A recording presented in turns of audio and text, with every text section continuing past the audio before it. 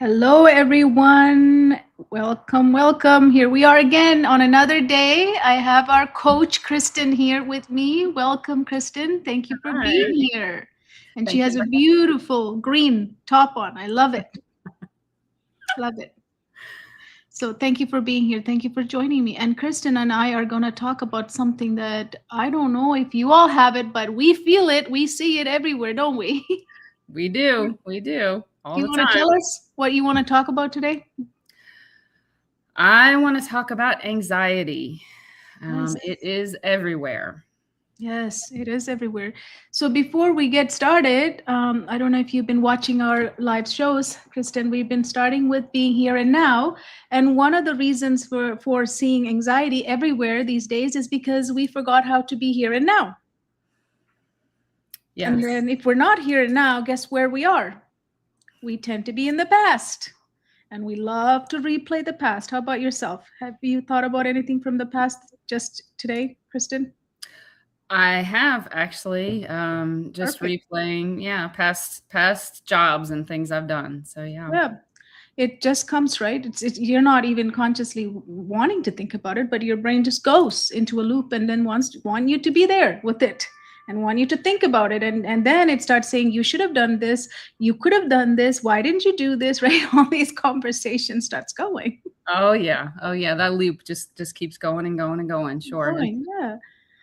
So, what can we do with the past? It's not going to go away because our brain remembers it because we have something called memory, right? So it's just impossible to erase it.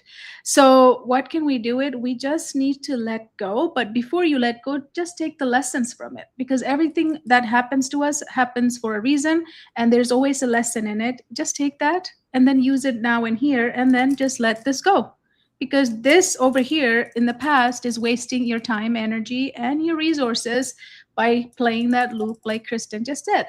So then, if I let that go and take the lessons, I try to be here now, and that's also impossible. Still, I'm not here. Where am I? I'm in the future, or you're in the future, and we love to think about our future.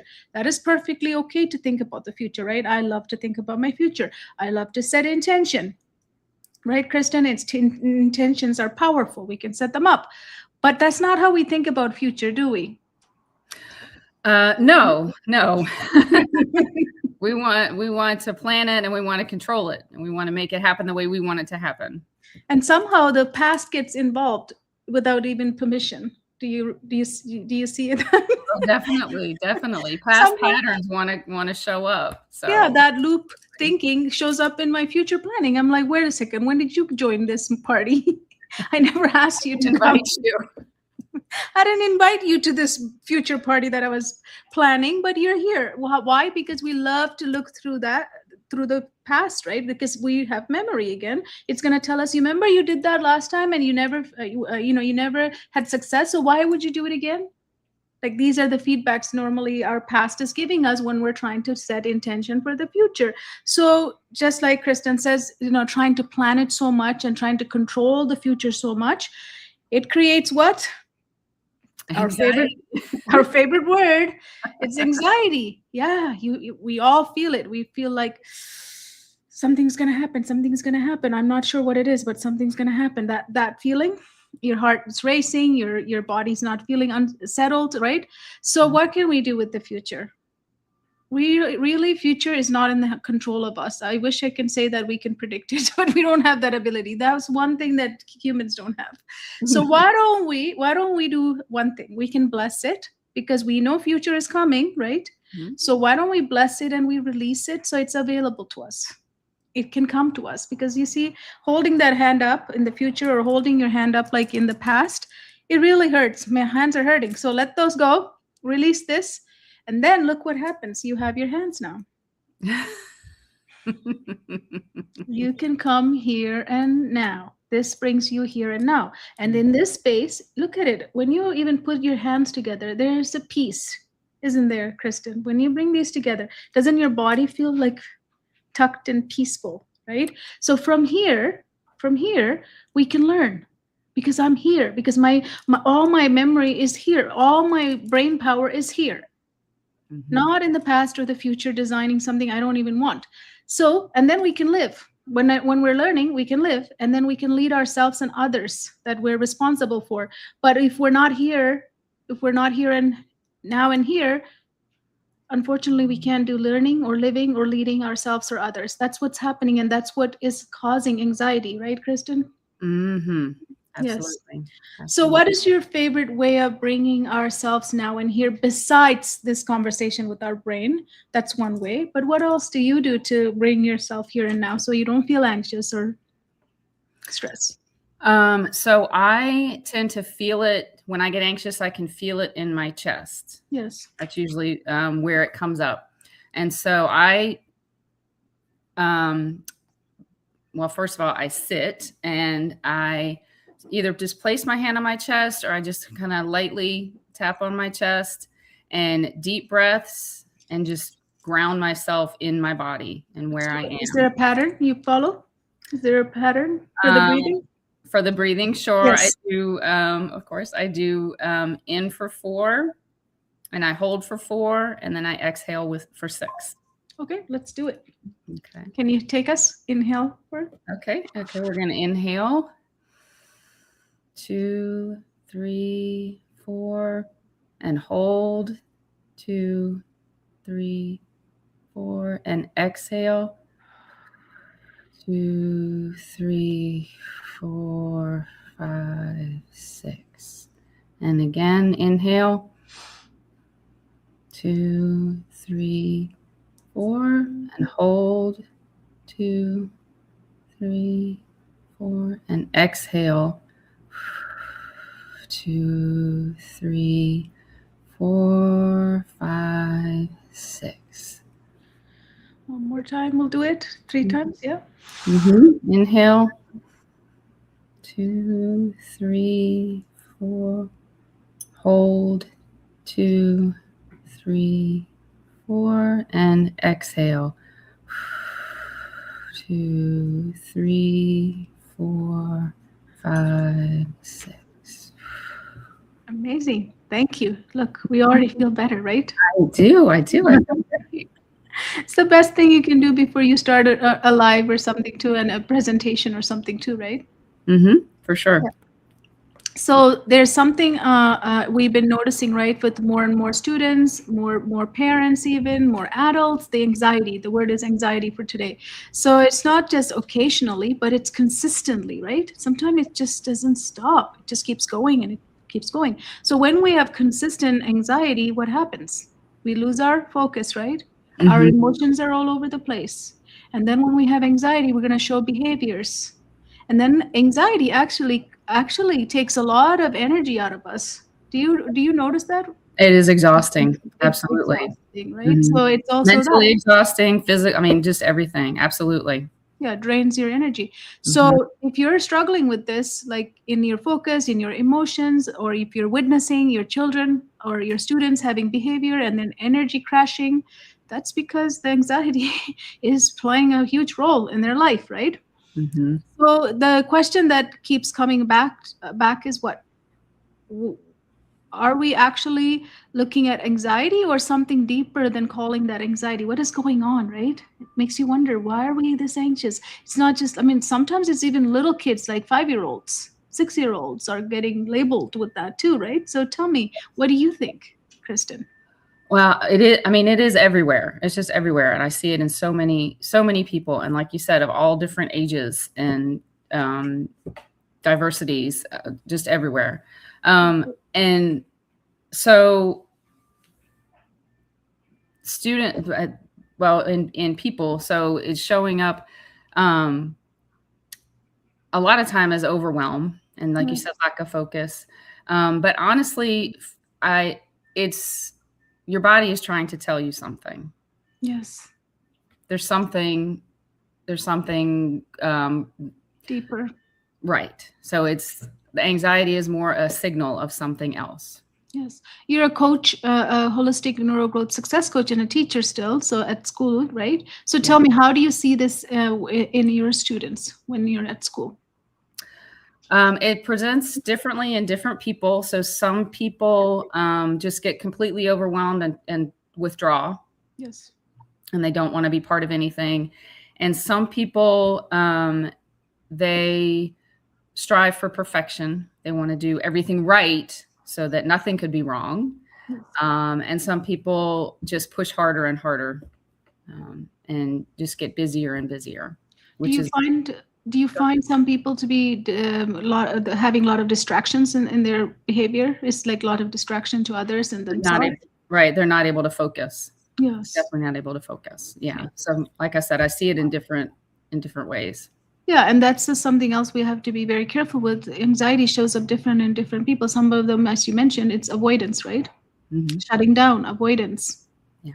Big emotions. A lot of parents call these big emotions, right? Shouting, Yep. screaming. Right. It's just too much. It's just too much for them. Yeah. What about in adults? Like, do you think it's same in adults when it shows up? I think I mean, I see it, like I said, it's in different people. You see it in different ways. More adults I tend to see are stressed out and overwhelmed. And the anxiety just kind of kicks all that up a level. Yes.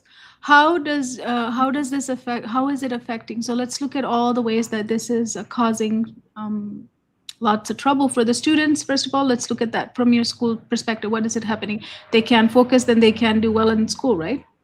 Right. And the ones that withdraw, they just don't participate, so that they're not doing any learning. And the ones that are pushing too hard are burning themselves out, basically, pushing so hard. And I see it show up in test anxiety, in performance anxiety, if they have to give a presentation or something, and it's just too much for them. Yes. What about, we had a whole shutdown, right, years ago? And Yes. what about what about after the shutdown, we really didn't reintroduce our students properly back into the real world? How about that? What do you think of that situation? I think that many students, if not all of them, were just not ready to be back in the learning environment. Yes. And they were asked to perform at the same level they'd been performing at before, but they hadn't had all the steps in between. So I think it was very frustrating for a lot of students coming out of, and I saw that a lot in my students at that time too. And it was stressful for teachers too, the whole situation. We were coming out of that expected to, pick up right where we left off. Yeah, almost we walked out and in as nothing happened. Right. And I know my anxiety, I didn't have a lot of issues with anxiety until that happened. Yeah. And what do you think stemmed from? Is it the invisible danger, or is it just unknowns? So many unknowns at the same time. So many unknowns. So yes, it was like, how could this possibly happen here? And it did. And so then it opens up a whole other list of, oh, well, what could happen? Yeah. And this has been my question, because I love asking questions, So it has been my question, like, how would a child or a teenager, or even doesn't matter, even an older person too, right? A senior, even like any human being, process an invisible danger that just came out of nowhere, and it closed us down, and then everything changed, and then we're online, and then we say, okay, it's fine now, let's go back to the real world, let's go. So it's okay. Some people adjust and adapt, fine. But little kids still fear that same thing, right? They could still continue to have that fear. Of course. And that would be very natural to have that. So if I was little, and if I thought, I didn't know what it was, virus, and how it travels, and how it hurts, and how it goes, and how it does whatever, right? I would be always scared that there might be a virus that's going to catch me. Right. As a little kid, I would imagine in my head, right? Because I can imagine, because I'm good at that. Because I have a good imagination if I'm a 5-year-old, yeah. Yeah. So there might be something that's going to catch me, and then that catch me can create anxiety, and then they can't settle in the classroom. They can't touch things in the classroom. They can't play with other people in the classroom. They might think that somebody else might be sick, a little bit coughing, and they may say, "Oh no, I can't be near them. I can't do this or that." So I think we need to look back, what happened, and really have compassion for some of our kids, and look at the young adults who have social anxiety right now, Hmm. and look at all the 20-year-old, because at that time when it happened, they would have been 15-year-olds, right? Right. And so they attended high school online for the Yes. most part. Hmm. So now they have social anxiety. Many of the people that we work with, young adults, are having very much social anxiety. They can't get a job, they can't face the real world, they can't have relationships, they're suffering, and they want to just stay in their room. Yes. So can we see a pattern? Like that's like really my question is, like, shouldn't we have some education around this to really help I, alleviate some of these anxiety that, sure. I mean, if so, I think the more you know about something, the less anxiety that you're going to have about it. So certainly, um, getting more educated about whatever the situation is going to help with that feeling. And what I like to remember is that there's nothing wrong with me for having anxiety. That's Yes. just something that comes up because there's something else going on that I need to address, that I need to find. So let's kind of give, what does anxiety look like? Like, what would I be feeling? Like, if a parent is watching, they're like, I don't know if my child has anxiety, or they have fear, or they have a behavior. Like, if they're saying that, how can we differentiate it? What would it look? Because I know you said you shared you had anxiety, right? Mm-hmm. Sometimes you experience anxiety. What does that feel for you in your body? So like I said, I feel it. I get a tightness in my chest, and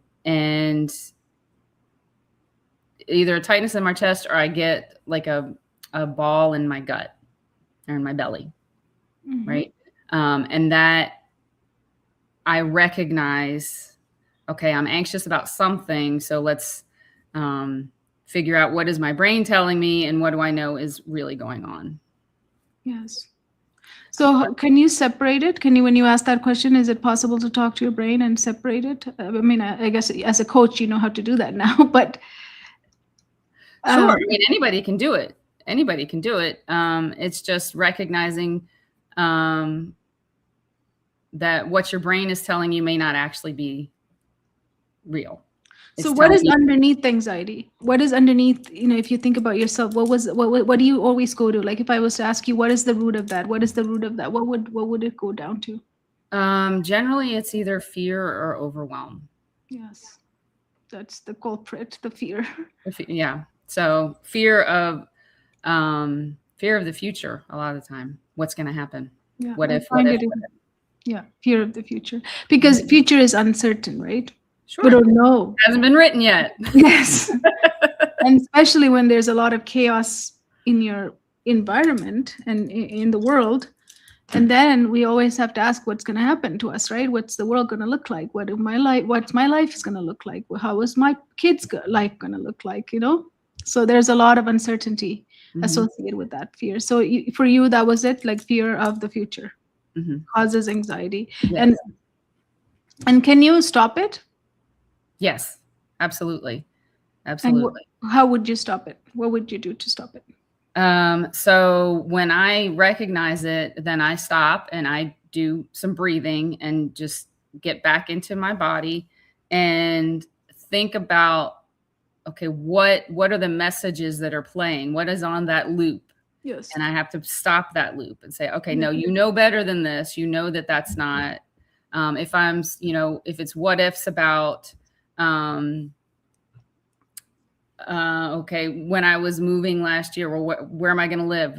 What if I don't find a place, and things like that? Okay, well, you're going to look for something, and you're going to find something.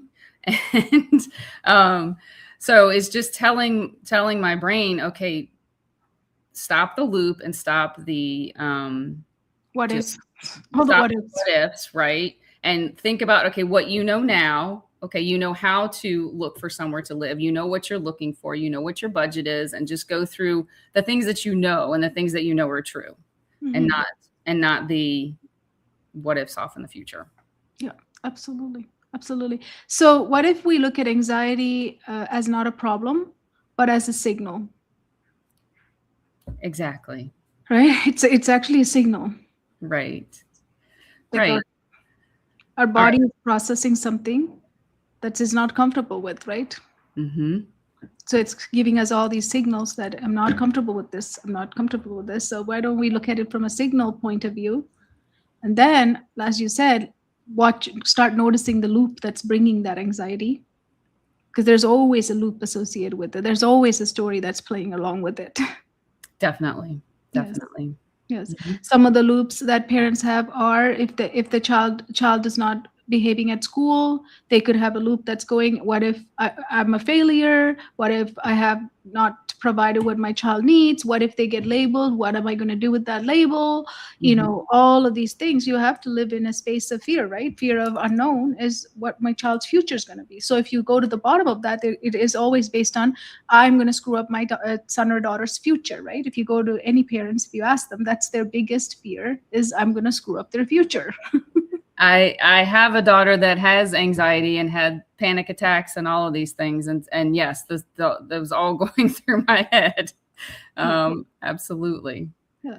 And then if you're a teacher and you're put in with so many kids with so many different ways the anxiety is showing, because it is in the classrooms right now, we are seeing with different types of behaviors, and anxiety is definitely associated with these behaviors, right? So if we notice that, we can't really help individually, a teacher cannot help, so the teacher becomes also anxious too. I see like almost 26 kids here, 26 ways I have to definitely differentiate everything that I need to do. And I only have so much time, and I don't know which one to take care of first, because there has to be some priority too, right? Who gets what first, because some of them are more demanding than the other students are, right? Yes. And Yeah. somewhere in there they have to teach content. So Yeah, oh yeah, that's always on the list. That is the main. That is why we go to school, right? sure. That's on the list. That runs the whole show. This is just a little bits here. So, so we talked about that anxiety has a root cause, right? Yes. Yeah. So how do we find it? Kristen has explained that it's the loop, it's the story. So go down all the way to the story of it, right? And see what is Mhm. that story telling us. So whatever the story. So can we model some stories? What are some of the stories you've heard? Let's look at it so somebody watching us can know what we're talking about. What are some of the anxiety causing root causes? So one I see a bit is fear of failure. Oh yes. Yes. Um, So let's go with that. Yeah. Tell me what if more I about fail that. that test? What if I don't pass this class? Um, what if I don't learn what I need to learn from this class for the next one? Things like that. Yeah. Um, So that stems from what? They haven't focused, they haven't studied, they're not studying, they're not understanding the concept. They could have missed some concept from the last year or from the past 5 years where we just pushed them through, right? It could have been from shutdown. We kept pushing through everybody. So sure, sure. Yeah, it could have been as far back as that for sure. yeah, so all of that. So and then the child or the student feels like, I'm not going to be ready for this test, and then they may cram. They may leave it to the last minute and just start cramming over the last night or something, or they never even. Some people don't even study because they're like, I'm going to fail anyway. What's the point of studying? Right. I mean, that makes sense, right? I'm going to waste some time. I might as well do something better than study for a failing test. Right. So they give up.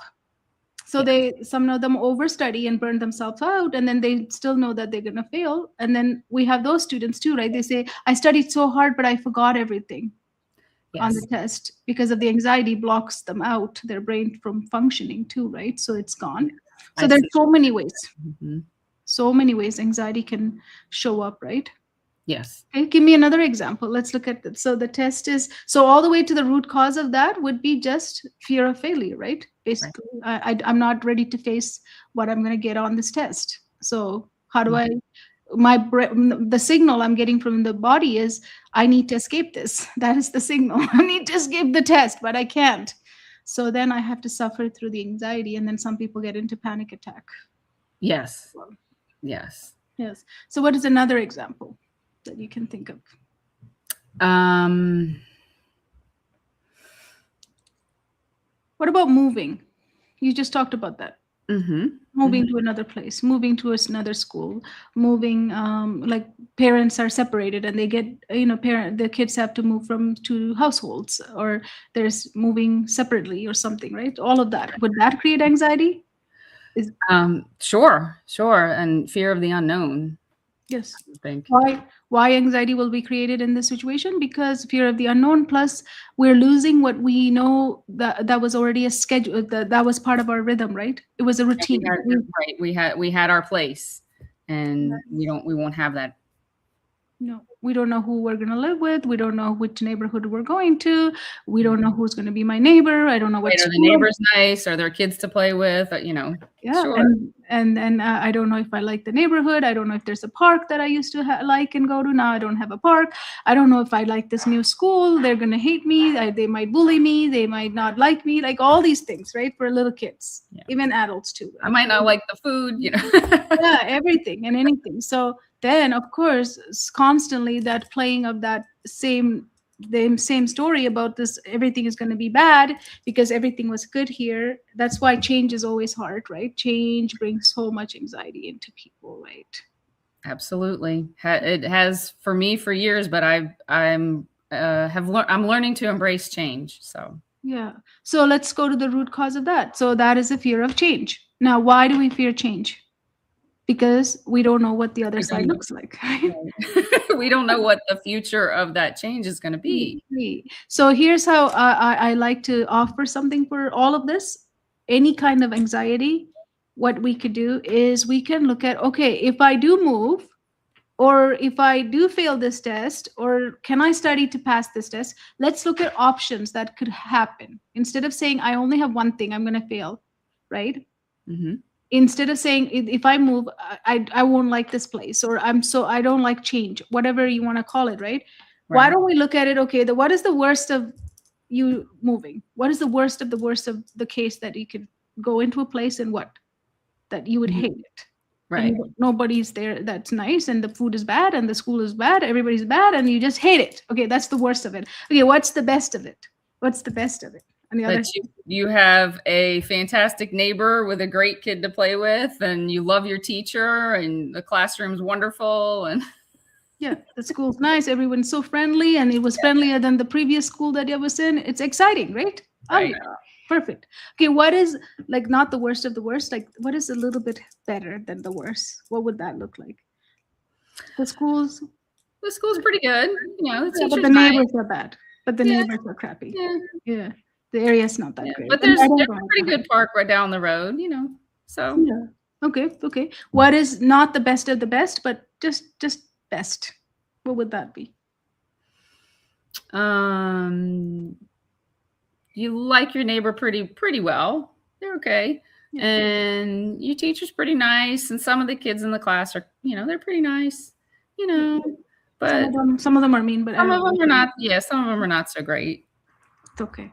I have few that's likes me, so that's good. So then if we go into the middle, the fifth option would be, what is something that's you're okay with? It's like, it's okay. It's not bad, it's not good, it's okay. Maybe you have one person in your class that you like.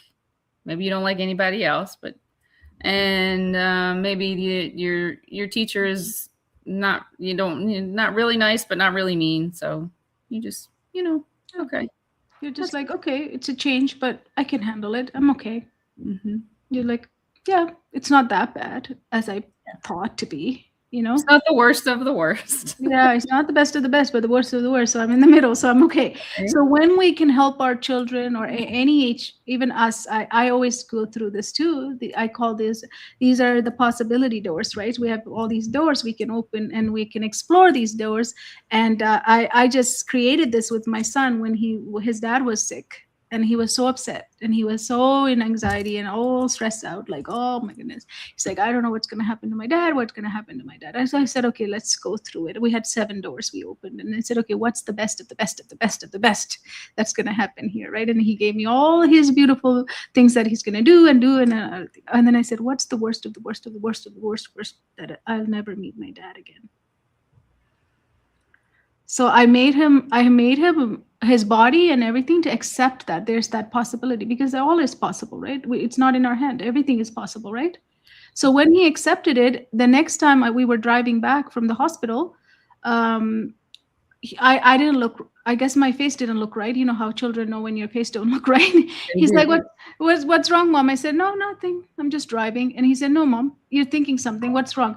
And then he said, are you thinking something's going to happen to Dad? And I said, no, I'm just driving. And he said, Mom, one of the 7 things will happen. Don't worry about it. Yeah. So he was completely off of something is going to happen, something is going to happen, something is going to happen, and thinking about all the way, only the worst way, because only our brain can do the worst situations, right? It never does the best of the best of the best of the best when you're in a worse situation. It cannot go there unless you force it, Mm-hmm. So when I did that to him, he was educating, he was comforting me at the end of the day. He's like, don't worry, one of the 7 things has to happen. Wow. So kids are so amazing when we teach them beautiful things like this, right? That's a wonderful tool. Yes. Yes. And then the doors of these options, if you can go through with your kids before you make a transition, before we go through anything, like, even with COVID, we could have done it, right? What's the worst of the worst of the worst of the worst of the COVID situation? What is the best of the best of the COVID? And then what is in between, right? You can do 7 ways, you can do 5 ways, you can do 3 ways. It doesn't matter. It just needs to be that explored. Each pathway has to be explored so that the child doesn't sit by themselves creating all these stories that are just the worst of the worst of the worst. Right. Right. Or adults too, because we all do it too. Everybody does. Yeah. So that is one way you can help yourself and your child, by exploring what are the options that can happen, that just rest our brain, and it just lets you live your life peacefully. And you can let that go. Yeah. Go on like your son did. That was fantastic. It was no longer a thing, because there's only 7 things that can happen. That's it. That's it. So let's talk about the environment that's impacting anxiety at this moment. What are the environment causes now that we're in an environment? We talked about COVID first, right? This shutdown was one of the reasons, so that it's lingering in some people, that anxiety. And there's aftermath of that in some adults, young adults, that continues, that I see in so many people that we help. But what about environment-wise? What is impacting? There's a lot of talk about war. There's a lot of talk about environmental damage, right? We say the weathers are changing. We're affecting the environment in a certain way. So this environmental issues have caused a lot of young people also anxiety. Like we might not have the earth as we have it now, right? So that's an anxiety piece, right? That's anxiety. There's you have school shootings. Yep. Those are definitely anxiety inducing. Yeah, your safety, yes. And then finances. Sometimes people say that finance is crashing, this market is crashing, we won't have oil, the gas prices are going up. All of that just goes on, right? The house prices are going up, yes. Is going up, all of that stuff. I mean, who would it be? And then our paycheck never goes up. So no, it doesn't. So of course that's going to create anxiety. It's not like, oh yeah, my paycheck is same, but everything else is going up. I'm so happy with that. As adults, we are going to have anxiety. Yeah, I have to tell my brain, okay, these are, this is all these things going on, and we know these are going on, but we're going to, it's okay. Something else I learned as a teacher, coach, and a mother is that when we are anxious, we can actually spread that to others, because it's an energy, right? Yes. It's so transferable. It's like, yeah, have some of my anxiety. Here you go. Right? You were fine a minute ago, but I'll change that. So Sure. as parents, we have to be very mindful, right? At this in this environment when we're living with all these uncertainties and all the fear of changes, we have to be very careful what we say around our kids, Yes. how we mention things, right? Mm-hmm. 'Cause they're picking up, they're just antennas, right? Like they're just like signal picking up people. They just always, their ears are always alert to listen to everything. They look like they're not listening, but they always know what you say. Somehow they know what you said. Sure. Sure. So we have to be careful with that. And then also when you're feeling anxious, yeah, use the possibility doors I just talked about. Even with any of these scenarios that I just told you, even with the war or with the finance or with anything, the price is going up, just use the what's the worst of the worst of the worst. If everything goes up, what's the worst of the worst of the worst? It's gonna happen. Mm-hmm. So that your body can go through all the pathways and then your brain just gets a relief, because otherwise your brain is going to produce the worst of the worst of the worst all the time, because it Yes. loves to do the worst of the worst of the worst. It doesn't do the best of the best. So you have to really train your brain to do that as well. Right. Like Right. You have to make it do the best of the best. It's yeah, not naturally going to do that for yeah. you. But if you start doing it more and more, it kind of will say, okay. It's one of the things will happen anyway. It'll start training with you as well. So it's very important. What about attention? When we have anxiety, what happens to attention? What happens to tolerance? What happens to emotional capacity? Goes in the toilet basically. Attention definitely is interrupted. It's attention span. I would say attention span of a gnat. Yeah, it's just not there. It's just not there. And we live in a world of instant gratification now. Instant access. You can ask Google anything. And so waiting for things, sometimes waiting there is positive things in the waiting and in patience. Yes. So we lose some of that with all of this just instant access. Yes. Yeah, that creates the overstimulation, right? Absolutely. Yeah, Absolutely. and more pressure and speed. We're living in a speedy world and overstimulated, and that causes pressure to our nervous system, and then we don't know what we're doing. And then that feels like anxiety as well. Yes. Yes, absolutely. So where do you think we're misunderstanding anxiety? Like, do you think anxiety is misunderstood? I do. I mentioned my daughter has anxiety. Was when she was in school was having panic attacks. I didn't understand it. I would tell her just breathe.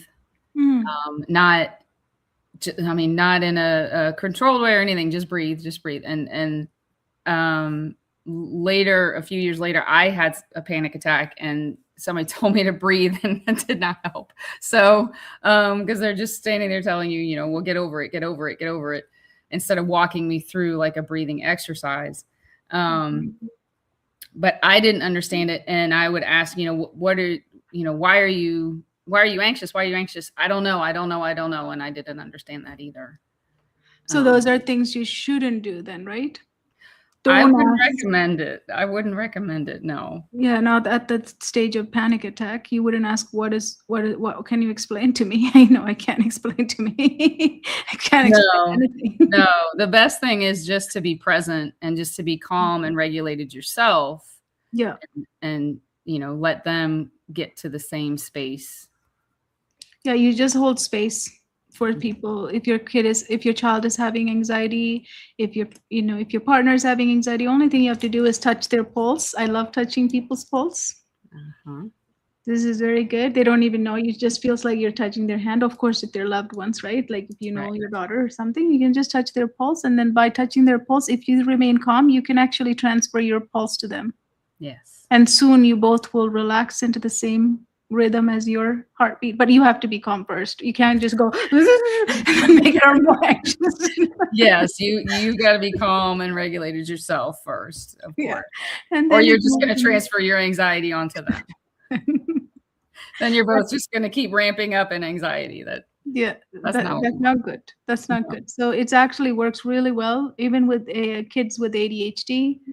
Always, you can regulate if you remain calm by holding their pulse, Mhm. and then even eventually asking them to hold yours, like back and forth like this. Right.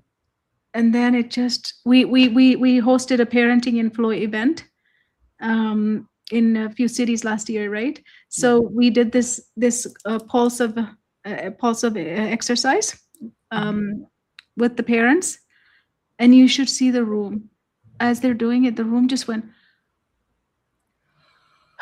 Everybody's shoulders just sank. Uh-huh. Yes. Everybody just I like can see it in my mind. I Yes. almost heard it. Like that's how the release of it. Right. Right. Because everybody did it, and everybody did it at the same time, so everybody kind of, it's so beautiful. And that's if you're a parent, that's the first language you and your child ever spoke, is the pulse. Mm-hmm. Yes. So we remember, they remember that really well, right? So Yeah. in life the simplest things are the powerful things, right? Breathing is simple, but it's powerful. Regulating yourself by breathing and in the pulse exercise is really beautiful, but we may think that's not that big of a deal. We might think we need something else, big tools, right? But it's not needed. The Yeah. breath makes a big difference, but you have to regulate yourself first. Yeah, and also you have to be home. I've been talking about being home in Mm-hmm. this soul, you Mm-hmm. know, because a lot of the time when we're parenting, when we're living, we're all out here, out into this busy, chaotic world, right? But Right. how to come home to yourself first. So then, when you're home to yourself, then when somebody is experiencing anxiety or panic attack, you can really regulate them, Yes. right? Right. So what happens if we start telling our kids that or get labeled and say, you know what, you just have anxiety, you just have anxiety, you just have anxiety? What happens if we keep saying that to them? Well, then you're not going to be looking for what it's signaling, what's underlying that. Yes. Yeah. Yeah, you have to, and also we're not teaching them how to regulate themselves at all. We're just telling them you have anxiety. What is that going to do, right? It's just like saying, I have ADHD, I have ADHD. Yes, you do, but now what? Now, yeah. How do we deal with that? How do we find a system to work for you? Yeah. Yeah. So the better sentence would be, yes, you have anxiety, but Hmm. what can we do now? Right. Yes, you have ADHD, but what can we do now, right? What can you do? What is it that you What can tools are going to work for you to do? help you process the anxiety and yeah. And the biggest thing you can do before doing any kind of intervention with your son or daughter or your student is to just start noticing, like, when does this anxiety showing up? Right. At what point, in what activities, at what time of the day, what were they doing that produced this anxiety, right? Induced this anxiety, and what was said. Like, just noticing, What just are their become, behaviors when they're feeling the anxiety? yes. Where are they feeling it? Yeah, just start noticing and letting them notice too. Like, we're so quick to go into intervention and help somebody, right? But we don't stop to notice it. So when we don't stop to notice it for enough time, usually we're already panicking to solve the problem. So we're not in a good state ourselves. So just start really having that observation. Yes. And then also telling your child or your student to, let's start observing this. Why is this anxiety coming? Hmm. What's happening? Where did you feel it first? What happened before this? Right? Like, to Right. start. And even, like, you don't have to do it while they're having that anxiety or panic attack. Do it in a conversation away from when they're in their normal state. Ask them about it so that they can start noticing when it does come. Right. Right. A lot of the time when they're feeling that anxiety, you might not be able to, as we said, you can't talk to them. No, yeah, some people can't speak at all when they're in, especially when they're in a panic attack. Yeah, Yeah. there's no words. So after the episode is over, right? When Right. they're And normal they're and calm, yes. you can have ask them to start noticing what's triggering this, what was happening before that, what was done or said, where did you feel it, where did it start, and also you can start doing the observation for them as well. Right. Like even if they're not doing it, if they're young, if your child is young, maybe you need to start really noticing what's happening to get to this point. Right. Yeah. And then only then you'll have lots of facts before you can do any type of intervention or help them, other than the pulse and then other than the breathing. Those two you can do anytime because Sure. that is an international language, right? That's that no problem. Breathing and the pulse exercise, you can do it anytime because Right. they're not gonna hurt. They just bring everybody down to a stable state, Right. Calm. calm. Bring them back to calm. Sure. Sure. But why? What is it that causing it is something you can explore. So anxiety is not something to fight. It's not something to fight because it's a signal, right? We don't Right. want to fight And it. it's not bad. It's not everybody has, it's not like there's something wrong with you. Yeah. So it's about understanding it, as we've been talking about. Start understanding it. Don't fight it because fighting it is just going to make you more anxious. Right. Right. Creates more anxiety. Yes. Mm-hmm. So when a child is anxious, their system is asking for support, right? Their Yes. system is asking for support, not correction. A lot of the time, as parents, we try to correct them, right? It wants support. They want support. They want connection. They want their pulse to be felt. They Mm-hmm. want you to Feel feel safe. safe. Yes. Mhm. Um, and then when we shift how we see them, right? If we can shift how we see that as not a behavior, or I need to correct you, or I need to tell you what to do now, right? Then we really change how we respond to it, right? Of course. Compassion, right? Mm-hmm. So Mm-hmm. when we can have that compassionate lens, that's when everything changes. That's when you can start making real changes, right? Mm-hmm. It's a So shift. Sure.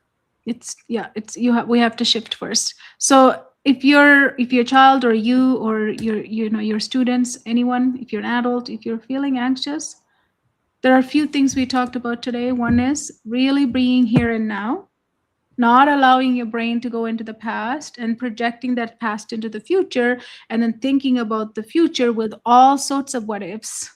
Right. That's a cause for full-time anxiety. That's not where you want to be. That's No. not something you want. So you can correct your brain by saying, I want to be here and now. Yes. And the more you are here and now, you're not going to live in the past or the future. You're going to live in the present. Stay in the present. Yes. So there's no anxiety in the present. You don't have to be anxious. You can regulate yourself and return to what needs to happen now and Right. be with the people that are in front of you, or do the things that you need to get done because you're in the present moment. You're here. Right. So you can control your brain. That's my whole thing, right? I learned that from a young age, that it doesn't control you, it doesn't control us, we control it. It's in your Mm-hmm. hands. So that's number one. The other way to get over anxiety or control anxiety, not control, but not manage, what's the better word? I guess deal with anxiety is a better word than manage, because I don't like that word either. Right. Yeah. Or process maybe. Yeah, process, understand. Yeah, understand is better. And anxiety. There we go. Mhm. So in order to understand anxiety, do the doors that I just told you about. The option. What Okay. are the options that I have? What is the worst of the worst of the worst of the situation? What is the best of the best? And what is all in between? If you Mhm. can go through all those options, your brain is going to be tired after that, and it'll just leave you alone. Because we produced all the stories, and it'll be like, oh, she produced all of them. I don't have to deal with it anymore. Right. Yeah, we have dealt with Go it. rest. Yeah, the brain actually gives up at that point because you created for it, right? Otherwise, the brain will just create it whenever it wants. Continue making the stories. Stories, yeah. So that's another way to deal with it. So those are two things you can try right now. And then anytime you want to help anyone else or yourself, just find your pulse, find the rhythm, Mm-hmm. and find deep breathing. And then you can calm yourself down.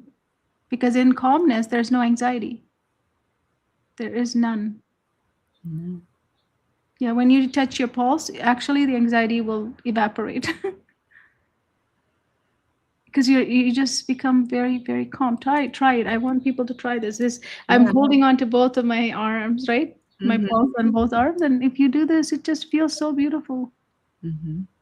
Doesn't it, Kristen? It does. I'm just sitting here getting calmer by the second. I love it. Yeah, me too. So if you want to join our calm party, we're here. But those of you who are listening, if you are interested in learning more about our Parenting in Flow labs that we're going to be starting in April, we invite you to DMS because we are starting those because there is 4 weeks where the first 20, 30 people, I think we said, we will give it to you for as a gift, and we want you to go through this program. Again, this is what we're dealing with, is because a lot of parents are dealing with big emotions.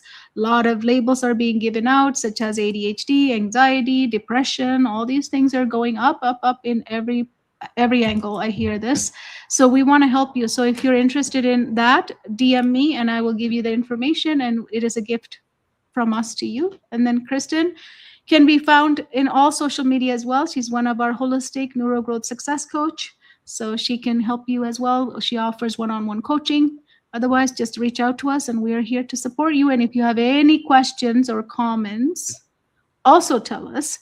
And if you felt like something was missing, also tell us. Mhm. If something resonated, tell us. If you didn't like something, tell me and tell us. It's all fun because we are always learning, right? And growing. So everything is positive. Nothing is negative in this world for me and for Kristen. So tell us. Thank you so much, Kristen, for your time. Thank you. Thank you. And I will see you guys tomorrow. Thank you Thank so you so much. much for having me. Thank you.